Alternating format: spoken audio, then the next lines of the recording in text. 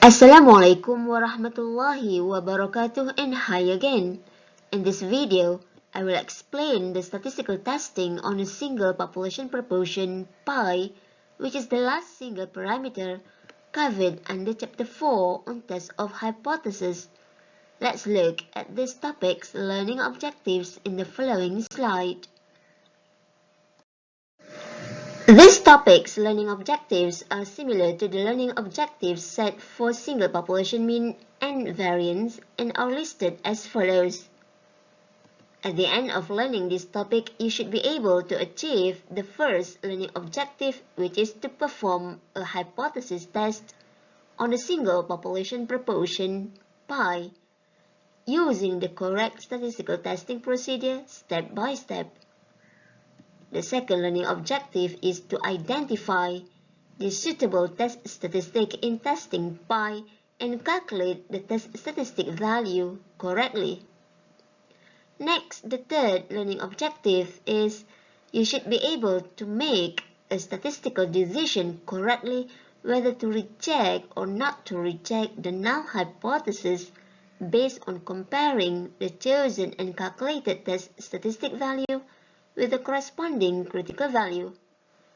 And finally, you should be able to provide a sound and practical conclusion about the population proportion that you have tested. This topic is discussed in the Statistics for Engineers textbook pages 93 and 94. You can also browse through some references on this topic to get a good understanding on the fundamental concept of this topic. The choices of hypothesis tests on a single population proportion are listed in the following table.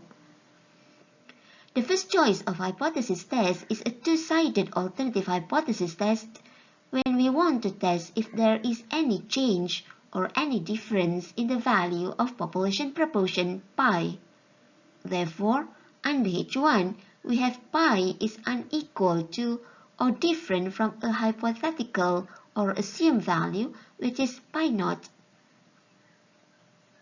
The choice of test statistic is the same as the choice of statistical score used in Chapter 3 on estimating a single population proportion.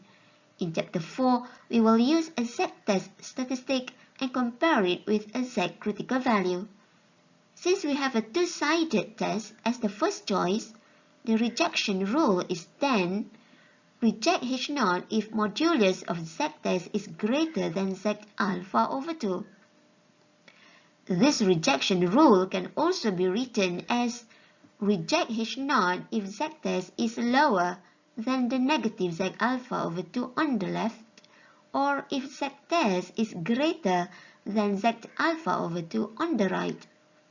Next, the second choice of hypothesis test for testing pi is a left-sided alternative hypothesis test, where under H1 we have pi is less than a hypothetical value pi naught.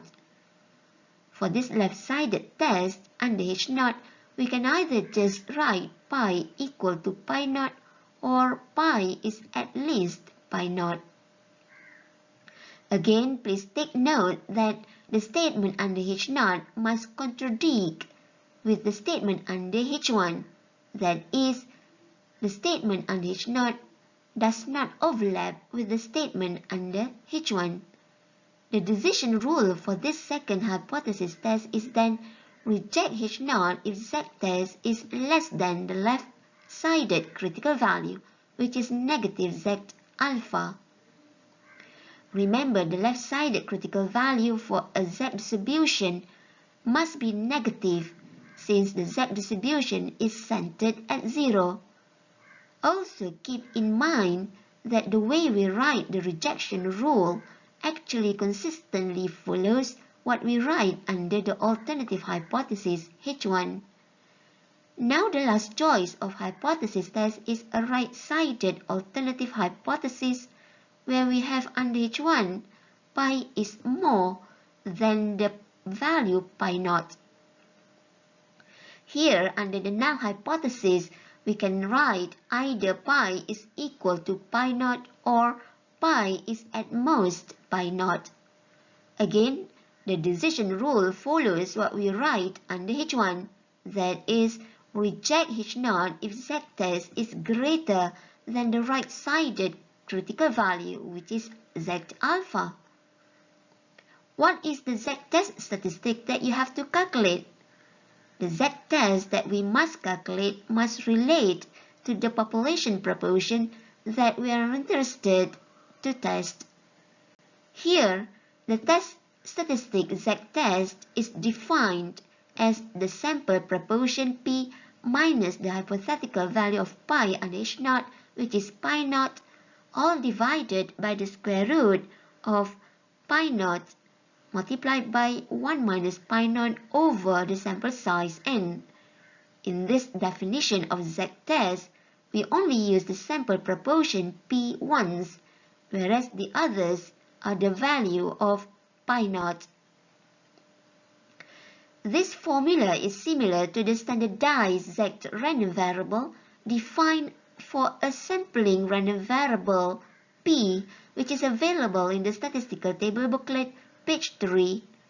Notice that the notation pi for z random variable that we use in chapter 2 is now changed to the value of pi under H0, which is pi naught in the z-test statistic formula.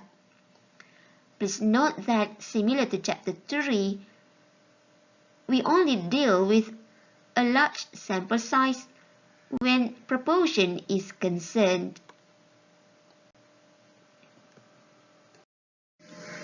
Please refer to Test 4.6 in page 95 of the Statistics for Engineers textbook as the first illustration or example on testing a single population proportion in this video. An electrical company claimed that at least 90% of the parts which they supplied to a government agency conformed to specifications. A random sample of 280 parts were tested and 35 did not meet the specifications. Can we accept the company's claim at a 0.05 level of significance? As before, when we have a question like this, we need to identify or recognize the information provided in the question. Here, we have the sample size n is 280. Next, we have the number of parts that do not meet the specifications. Since we are going to test the company's claim on the proportion of parts that conform to the specifications, where in this case is the parameter of interest, then the sample proportion of parts that conform to or meet the specifications is 280 minus 35 divided by 280, which is 0.875. Once we know that we are to test pi, then we only have one case, that is to use a z-test statistic in performing this test at the level of significance alpha equal to 0.05. Next, how to formulate H0 and H1. The rule is, under H0, we always have an equality sign. If you read the question again, can we accept the company's claim that the proportion of parts that meet the specification is at least 90%? The word at least means more than or equal to, so this expression contains equality sign. Therefore, it should be under the null hypothesis H0. Hence, we can write H0 as pi is at least 0.9 or 90%, which indicates the company's claim. Whereas under H1, the statement has to contradict with the statement under H0. We cannot simply write pi is greater than 0.9 under H1. Why? Because then H1 will overlap with H0. Therefore, the correct statement under H1 should be pi is less than 0.9, which indicates a left-sided alternative hypothesis test. Let's learn the complete solution in the following slide. Let us proceed with solving the question in task 4.6 that we discussed in the previous slide. We already knew the null hypothesis H0 and the alternative hypothesis H1, which is a left-sided alternative hypothesis.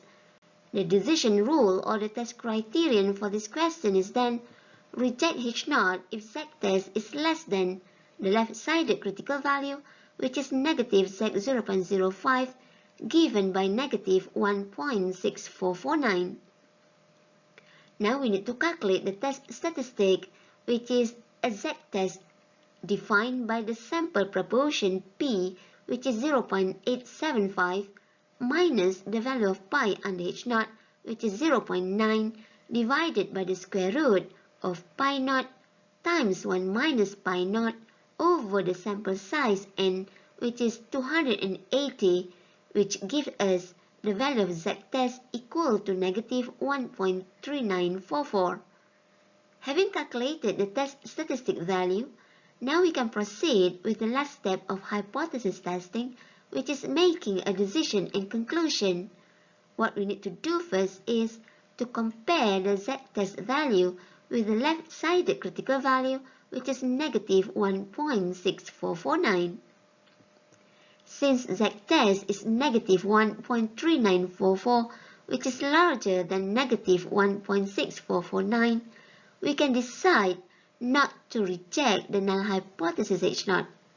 Again, please do not simply stop here. You need to answer whether the company's claim can be accepted or not. Now, since we do not reject H0 or fail to reject H0, what does it mean?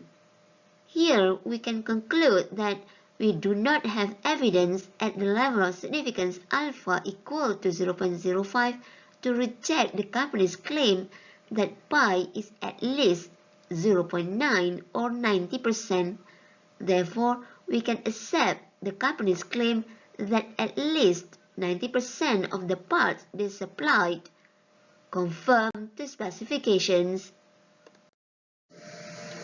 Please look at question 7 in exercise 4 on page 107 of the Statistics for Engineers textbook as the second example on testing a single population proportion in this video. An opinion survey in District D1 found that 68% of people considered that electrical tariffs were too high. A random sample of 35 people in the District D2 were asked the same question, and 21 thought the electrical tariff were too high. Is this proportion significantly different from that of District D1? Use alpha equal to 0.05. Again, we need to identify or recognize the information provided in the question. Here we have the sample size n equals to 35. Next, we have 21 people from District D2 who thought the electrical tariff were too high. Therefore, the sample proportion of people from D2 who thought the tariff were too high is 21 over 35, which is 0.6. Since the question is on testing the proportion, then the parameter of interest to be tested here is the population parameter, which is population proportion pi. Once we know that we are to test pi, then we only have one case, that is to use a z-test statistic in performing this test at the level of significance alpha equal to 0.05. Next, how to formulate H0 and H1 for this question. Again, remember the common rule. Under H0, we always have an equality sign. So, under H0, we can write pi equal to 0.68 or 68%, which is the proportion or percentage of people from District D1 who thought the electrical tariff were too high. We want to test if the proportion of people from District D2 who had the same opinion about the electrical tariff is the same or significantly different from the proportion of those from District D1. So the word different here should be under H1. Hence, we can write the statement under H1 as pi is unequal to or different from 0.68 or 68%. Let's look at the complete solution for this question in the next slide. Continue with the solution for question 7 from exercise 4 we discussed earlier.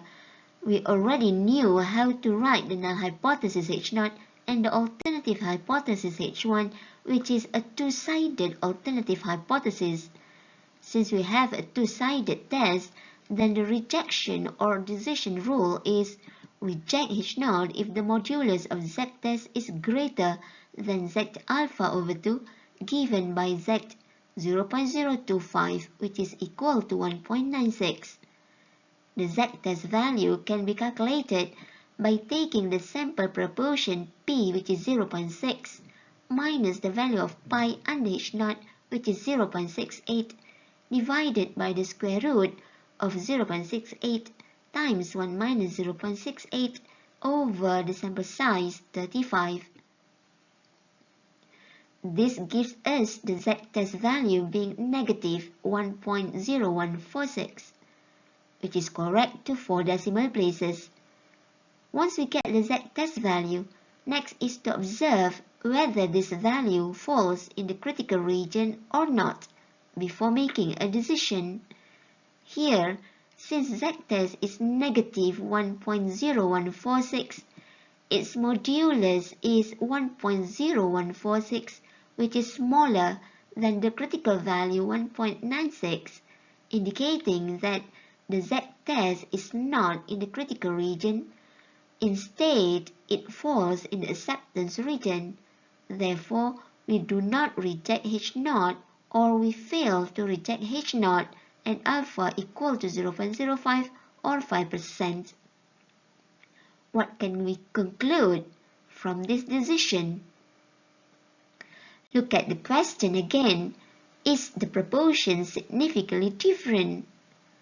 By not rejecting H0, we can conclude that we do not have any evidence at the level of significance alpha equal to 0.05 that the proportion of people from district D2 who thought that the electrical tariff were too high is significantly different from 68%, which is the percentage or proportion of those from district D1 who had the same opinion about the tariff. In short, we can simply say that at 5% level of significance, pi D2 is just the same as pi D1, which is 0.68 or 68%. Having done the two examples on testing the population proportion pi in this video, we are at the end of learning this topic. Before I end this session, as usual, let us do a checklist on this topic's learning objectives. At the end of learning this topic, are you now able to achieve the first learning objective, which is to perform a hypothesis test on a single population proportion denoted by pi using the correct statistical testing procedure step by step? Since the testing procedure is common in testing any population parameter, you should be able to get some ideas how to perform the statistical test for pi. Next, are you now able to achieve the second objective, which is to identify the suitable test statistic and calculate its value correctly? For testing pi, we only use a Z-test as the chosen test statistic. We do not use a t-test, a chi-square test, or even an f-test for testing a single population proportion. Next, are you now able to attain the third learning objective, that is to make a statistical decision correctly whether to reject the null hypothesis regarding pi or not? In doing this, you must write down the decision rule correctly, which should tally with what you write under the alternative hypothesis H1. By comparing the test statistic value with the corresponding critical value, you should be able to make a correct decision on whether you should reject H0 or you should not reject H0. Finally, are you now able to write down a sound and practical conclusion about the population proportion pi that you have tested? Remember, in the conclusion, you usually answer the question that you are supposed to solve. I really hope you are able to achieve all these topics' learning objectives rather easily. We'll see again in the other videos on testing the other population parameters covered under Chapter 4. Until then, Assalamualaikum warahmatullahi wabarakatuh and thank you for watching.